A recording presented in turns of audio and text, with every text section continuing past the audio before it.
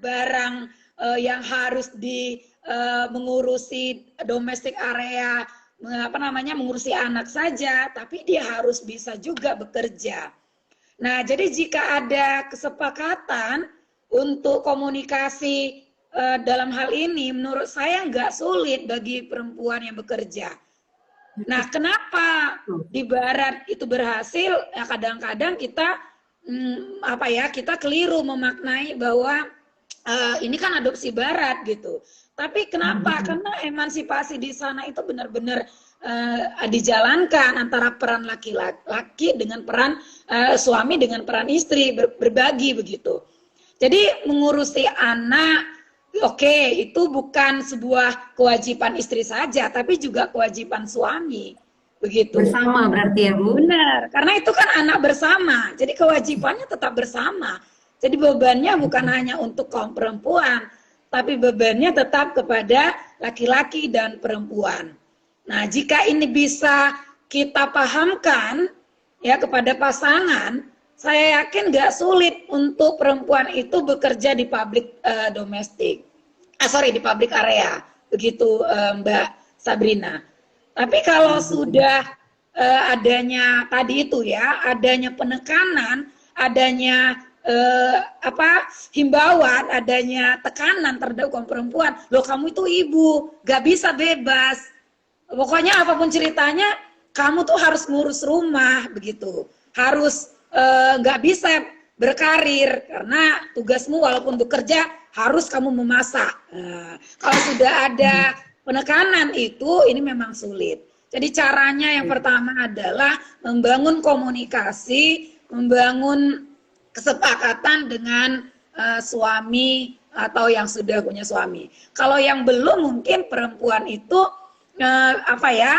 bisa dia memahamkan, ya bisa lebih banyak berliterasi, bisa melakukan gerakan-gerakan. Ya, gerakan-gerakan pemberdayaan misalnya untuk memahami bahwa ruang perempuan itu sangat luas. Perempuan itu sangat dibutuhkan, ya, seperti itu. Mungkin begitu cara strategi yang bisa dilakukan oleh perempuan untuk menyelaraskannya, begitu Mbak Sabrina. Nah, ini Mbak Sabrina nanya lagi nih, Bu. Izin bertanya lagi, katanya bagaimana tanggapan Ibu tentang emansipasi wanita yang seringkali membuat wanita mengabaikan kodratnya sebagai sosok penyeimbang kaum laki-laki? Oh ya, baik, makasih. Oke, mohon merasa terlalu tinggi mungkin, Bu. Iya. Terlalu lebih dari kaum laki-laki. Iya, benar Kak Pina. Ya, sebelumnya mohon maaf Mbak Sabrina, kalau kodrat itu sebenarnya yang kita miliki itu, perempuan itu hanya memiliki kodrat menyusui, melahirkan, itu kodratnya gitu ya. Nah, kodrat menstruasi, itulah kodrat. Selebihnya adalah konstruksi Mbak Sabrina. Ya, artinya konstruksi itu bisa mengakibatkan subordinasi bagi kaum perempuan. Nah, jadi ruang kita itu bagi kaum perempuan ini sebenarnya ya kalau kita berkaca pada budaya patriarki, memang kita agak sulit untuk mengatasi persoalan itu. Nah, jadi kita akan terus menjadi kaum yang inferior. Ya kan, laki-laki menjadi kaum superior. Nah, kodrat itu tidak berada pada ruang rumah tangga begitu. Kodrat itu kan pada yang dimiliki oleh kaum. Jadi konteks di sini laki dan perempuan itu tetap setara. Nah, jika ada yang menafsirkan atau mungkin kebablasan begitu ya. Nah, ini juga keliru. Perempuan juga harus sadar konteks emansipasi yang disematkan pada kaum perempuan itu, ini adalah persamaan hak, bukan persamaan kodrat gitu, persamaan hak. Artinya kebebasan untuk perempuan itu di ruang publik atau public space gitu. Nah, artinya tidak juga perempuan itu menjadi dominasi begitu sesungguhnya. perempuan itu bukan menjadi kaum yang superior yang bisa seenaknya begitu, tetap mengedepankan norma-norma yang berlaku. Nah, jadi yang diusung di sini emansipasi adalah persamaan hak atau kebebasan hak kita untuk lebih mengaktualisasikan diri di ruang-ruang publik begitu, Kak Pina. Mbak. Nah, ini ada pertanyaan dari Rini Rezeki, Bu. Sore Ibu, izin bertanya, walaupun perempuan saat ini sudah dapat menempuh pendidikan dengan bebas, masih adakah gerakan feminisme di Indonesia? Jika masih ada, seberapa kuat gitu gerakan tersebut? Oh ya, baik. Gerakan Nah, feminisme. kebetulan, oh ya, ya. Jadi kalau sebelum siapa tadi Rizky ya? Rini Rezeki. Oh Rini, baik. Ya salam adik atau mbak lah ya. Kalau berbicara tentang feminisme, ini memang kan adanya gerakan ya, adanya gerakan kaum perempuan untuk kesetaraan begitu ya, untuk kesetaraan. Artinya tidak hanya dalam konteks sosial, tapi juga politik begitu ya, dan ruang-ruang lainnya.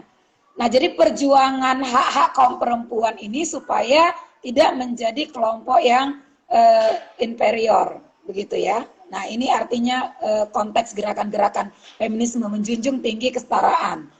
Nah, dalam hal ini perjuangan gerakan kaum feminis itu sampai hari ini masih terus menguat sesungguhnya. Ya, apalagi gerakan feminis yang memang saat ini lebih mengedepankan tentang tidak lagi hanya konteks pekerjaan begitu, tapi juga tidak hanya pekerjaan, politik ya, ekonomi, tapi juga sudah memprotek perempuan itu dalam konteks memperjuangkan salah satunya adalah untuk keterlindungan perempuan itu dari kekerasan seksual. Nah, seperti itu. Jadi gerakan-gerakan feminis ini sudah meliputi memproteksi perempuan itu dari kekejaman kekerasan seksual, begitu Ade atau Mbak Rini, begitu. Jadi artinya kalau saya melihat, karena saya juga salah satu koordinator dalam konteks gerakan-gerakan feminis yang ada, bergabung sama teman-teman kita ya untuk tetap memperjuangkan ketertindasan perempuan, tidak lagi hanya dalam konteks perjuangan kesetaraan di bidang politik, ekonomi, sosial, tapi juga dalam konteks perlindungan terhadap diri perempuan itu sendiri begitu. Nah, jadi masih banyak sekarang ini yang kita lihat kelompok-kelompok atau komunitas-komunitas feminis yang masih solid untuk memperjuangkan masalah perempuan. Tapi saat ini jangan keliru juga, laki-laki juga banyak yang berperan kok. Jadi jangan salah, jangan keliru kalau ada laki-laki yang memperjuangkan kaum perempuan. Ada yang disebut dengan laki-laki feminis. Laki-laki feminis itu bukan laki-laki yang punya perilaku menyimpang, no, bukan. Nanti baca bukunya Gadis Arafia, tokoh feminis yang luar biasa, ya Profesor Gadis Arafia, ya kan? Nah, laki-laki feminis itu adalah laki-laki penyayang, laki-laki yang menghormati perempuan, laki-laki yang punya tanggung jawab, itu adalah laki-laki feminis. Jadi bukan laki-laki yang yang dikategorikan sebagai keperempuanan atau lain-lain. Jadi saat ini gerakan-gerakan feminis itu bukan hanya dilakukan oleh kaum perempuan, tapi juga dilakukan oleh kaum laki-laki. Begitu Ade dan Mbak Rini. Itu kira-kira Kak Vina. Oke, masih ada juga nih yang bertanya Ibu. Makin tertarik mereka bertanya ini dari Natalia Sihombing. Izin bertanya, Bunda, apakah di dalam penelitian Bunda, dalam tradisi kawin paksa, kawin paksa tersebut di beberapa daerah, apakah tidak ada ditemukan gerakan-gerakan perempuan yang menolak gitu dengan Oh, tradisi kawin paksa? oh baik. Ini mahasiswi saya ini Kak Vina. Oh iya, Mahasiswi prodi pendidikan ada ya si antropologi. hobi. Iya benar. Iya, Iya, baik Nak. Kalau yang Bunda teliti, mereka biasa manggil sebutan Bunda begitu Kak Vina ya.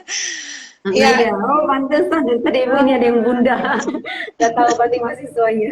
benar. Jadi berdasarkan penelitian Bunda tentang kawin anom itu, Natalia, ada gerakan penolakan itu setelah mereka menikah, nah, begitu. Karena sudah tidak kuat lagi dengan ketertindasan tadi, perlakuan KDRT ya, kemudian tidak dinafkahi dan lain-lain, ada mereka lakukan gerakan meminta cerai. Ya kan? Nah, namun gerakan ini justru mengakibatkan perempuan itu mengalami ketertindasan baru. Itu persoalannya. Makanya dalam bukunya Bunda itu muncul yang disebut dengan new subaltern, ketertindasan baru. Kenapa? Karena label-label yang ada pada diri perempuan itu justru semakin menguat setelah dia melakukan perlawanan. Ada perempuan yang lari saat berapa bulan pernikahan begitu ya, karena dia sudah nggak tahan, mertua juga sudah tidak care dan lain sebagainya. Tapi justru ini mengalami ketertindasan baru bagi mereka. Label salah satunya adalah janda. Janda diidentikan dengan yang negatif. Ketika mereka nanti di tengah-tengah kehidupan masyarakat, mereka akan di warning, dikatain hati-hati itu janda kawin anom. Nah, jadi label-label ini mengakibatkan ketertindasan baru bagi mereka, nah.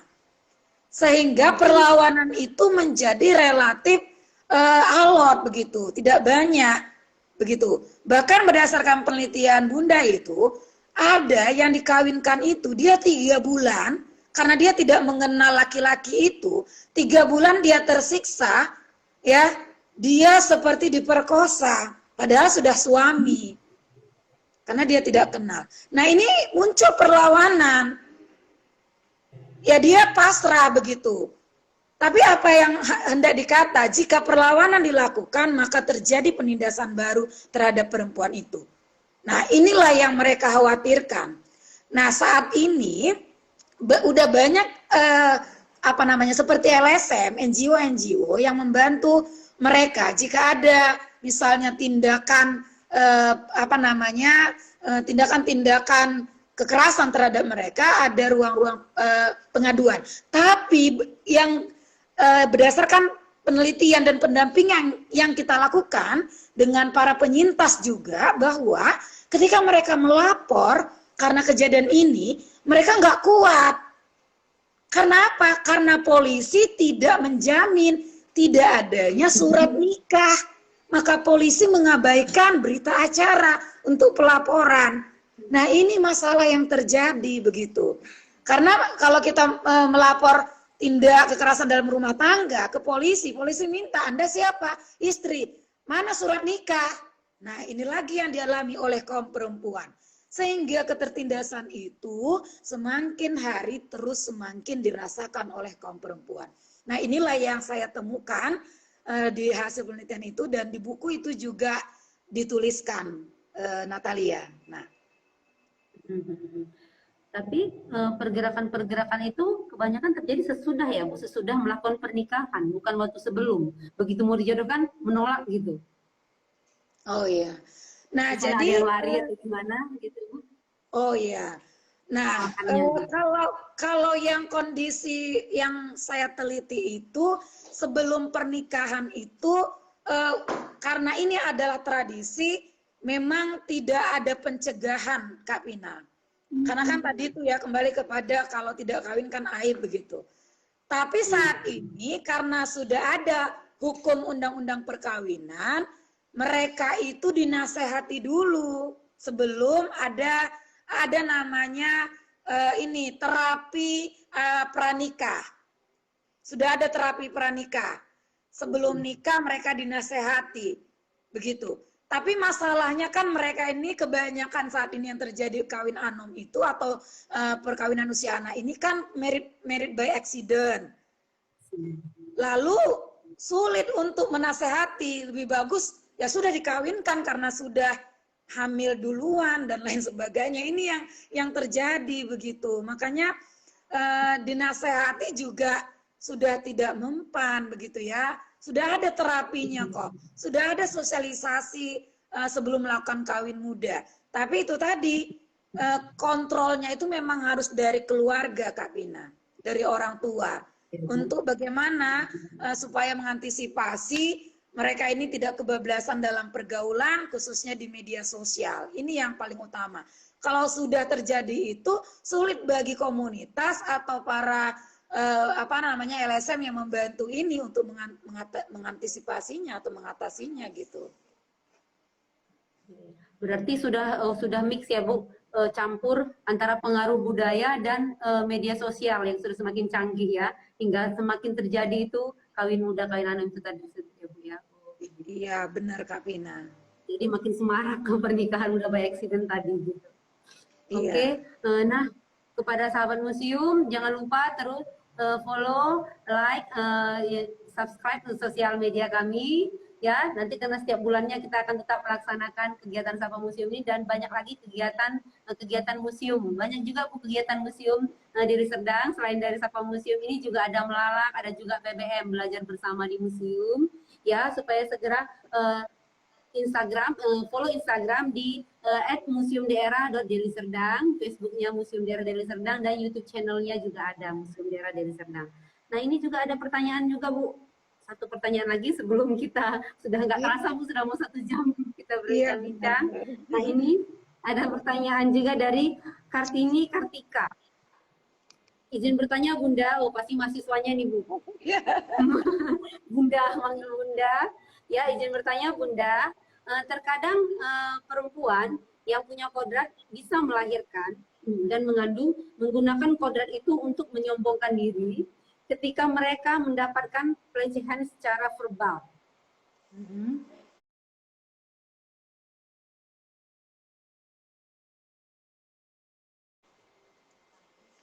Oke, ya baik. Ya, Assalamualaikum Kartini. Ini mahasiswi yang sangat cerdas, mahasiswi yang baik ya. Makasih sudah join. Ya, nah jadi memang kodrat melahirkan, mempunyai anak itu menjadi keinginan setiap perempuan tentunya ya. Tapi jangan menjadikan ini sebagai sebuah momok yang menakutkan begitu bagi kaum perempuan juga. Anak itu kan tidak harus lahir dari kaum perempuan itu. Siapa saja bisa jadi anak begitu. Ya, tergantung bagaimana kita bisa memberikan kasih sayang. Nah, kalau kita lihat di Belanda itu justru mereka menghambat untuk melahirkan, untuk mengatasi pengecilan jumlah penduduk. Kebanyakan mereka justru mengadopsi gitu ya, untuk menolong anak-anak yang terlantar. Jadi jiwa-jiwa kemanusiaannya jauh tertata dengan sebegitunya gitu. Tapi karena kita di budaya Indonesia, kita takut sekali dicemooh, takut dibully gitu ya, atau di paruntungan gitu ya, takut dibully. Wah, kemudian adat budaya tertentu juga mempengaruhi ini.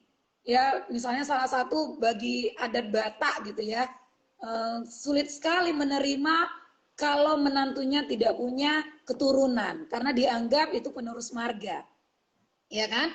Anak itu adalah penerus marga dan itu lebih dikuasakan kepada kaum laki-laki tentunya. Nah, seperti itu. Nah, sehingga terkadang perempuan ini ada ketakutan-ketakutan atau sindrom yang mengakibatkan dia merasa aku ini menjadi perempuan yang yang normal nggak sih? Nah, jadi perlu diingat bahwa perempuan itu semuanya sehat, semuanya punya keturunan. Jika dia tidak terkena penyakit yang mungkin ada yang kita kenal dengan kista dan miom. Ya, semuanya itu kalau menurut saya perempuan itu pasti akan melahirkan karena pembuahannya bukan dari perempuan, pembuahannya dari laki-laki tentunya. Jadi yang perlu dipertanyakan itu adalah spermanya laki-laki gitu ya, terkecuali perempuan itu mengalami sakit yang sudah dideteksi secara medis. Nah, jadi sebenarnya kalau ditanyakan perempuan itu terkadang dia merasa punya kesombongan gitu ya. Ya, karena ini mungkin juga ini pandangan yang subjektif juga, Nak, gitu ya. Nah, sesungguhnya perempuan itu nggak boleh sombong, ya kan? Laki-laki dan perempuan juga nggak boleh sombong. Karena apa? Karena laki-laki dan perempuan itu mempunyai kedudukan yang sama sesungguhnya. Jadi nggak boleh disombongkan gitu. Perempuan nggak boleh sombong, laki-laki juga tidak boleh sombong. Karena secara hierarkis, memang kalau secara hierarkis laki-laki itu memang sangat istimewa, ya kan? Laki-laki sangat istimewa. Tapi perempuan juga istimewa dalam konteks budaya tertentu, ya kan? Nah, misalnya dalam adat budaya orang Batak, misalnya ya Boru Panggoaran, ya kan? Nah, itu Boru Niraja, ya, kemudian juga dalam adat budaya Melayu misalnya, ya, dan lain sebagainya. Perempuan itu juga mempunyai hierarki yang sangat istimewa, ya, dia mempunyai nilai-nilai kehormatan, tapi posisinya dalam konstruksi perannya ini yang berbeda. Jadi kesimpulannya adalah laki-laki dan perempuan itu tetap harus menjunjung nilai-nilai kemanusiaan dan nilai-nilai kesetaraan. Tidak boleh sombong, begitu. Ya, kembali kepada emansipasi tadi bahwasanya kebebasan. Nah, kalau mengenai peran itu bersama berarti ya, Bu ya, seperti yang Ibu ucapkan tadi. Iya, benar Kak Ina. Nah, ya, bersama perannya gitu ya. Kalaupun ada wanita yang berkarir di luar setelah menjadi di rumah, kembali bersama untuk menghadapi keluarga, mengurus anak ataupun ya kegiatan apapun yang ada di rumah tangga begitu ya, Bu. Oke. Nah, iya, iya. Ya, kepada sahabat museum, terima kasih banyak yang sudah bertanya. Kepada yang bertanya tapi belum bisa kita jawab karena waktu yang tidak memungkinkan, sudah 1 jam, tinggal berapa menit lagi, kami mohon maaf. Ya, kami informasikan juga kepada sahabat museum bahwasanya museum kita sudah beroperasional kembali setelah kemarin hampir setahunan lebih itu tutup karena COVID, keadaan COVID ya. Sekarang sudah beroperasional kembali sejak tanggal 5 April kemarin. Jam operasionalnya dari jam 10 sampai jam 2 dengan harga tiket yaitu untuk SD, SMP 2.000, SMA 3.000, untuk umum 5.000 dan untuk mancanegara 10.000. Jadi kami harapkan untuk ke depan Ibu juga berkunjung ke Museum Daerah Deli Serdang, Ibu. Juga dengan mahasiswanya. Iya, baik-baik. Ya, kami tunggu kehadirannya di Museum Daerah Deli Serdang ya, Ibu. Siap. Sebelum kita mengakhiri, ya Ibu? Ya, boleh. Nanti kita bisa juga mungkin ada kerjasama atau apa begitu dari. Iya, dengan senang hati kami tunggu, Bu, kehadirannya nanti di Museum Daerah Deli Serdang. Nah, sebagai penutup nih, Bu, singkat kata emansipasi itu tadi, Bu. Gimana itu, Bu? Iya. Baik, terima kasih Kak Pina. Jadi buat seluruh kaum perempuan yang ada di Indonesia, buat Kak Pina juga, buat mahasiswa ya, juga buat mungkin yang para yang ikut berpartisipasi ya secara langsung Museum Deli Serdang ini ya, emansipasi itu adalah pembebasan dalam arti pemberian hak. Emansipasi perempuan artinya adalah pembebasan diri perempuan itu untuk kedudukan, untuk menaikkan harkat dan martabat kaum perempuan itu untuk lebih setara dengan kaum laki-laki. Jadi perempuan itu harus tetap menjadi pelopor, perempuan itu harus bangkit bersama laki-laki, tetap harus harmonis, tetap harus menjaga saling menghargai baik laki-laki maupun perempuan. Ya, selamat Hari Kartini, selamat terus berjuang kepada kita yang kaum perempuan yang masih tertindas. Mudah-mudahan perempuan itu tidak hanya menjadi kaum yang subordinat saja, tapi bisa setara dan bisa menjaga terus apa namanya kepopulerannya ya, baik di ruang publik nantinya, seperti itu. Baik, terima kasih Kak Pina. Oke. Terima kasih banyak Ibu atas bincang-bincang kita pada hari ini. Sudah banyak yang mendapatkan informasi dari Ibu. Terima kasih banyak Ibu. Sehat selalu ya Ibu. Nah, ya. Iya, sampai jumpa lagi di kegiatan museum berikutnya. Terima kasih Terima kasih buat banyak Ibu. Adinda Imam yang telah Iya. mengundang saya, dan mudah-mudahan Museum Deli Serdang semakin keren. Ahoy. Terima kasih Ibu. Iya, Ya. terima kasih. Assalamualaikum warahmatullahi wabarakatuh. Selamat sore dan salam Iya, sehat. waalaikumsalam.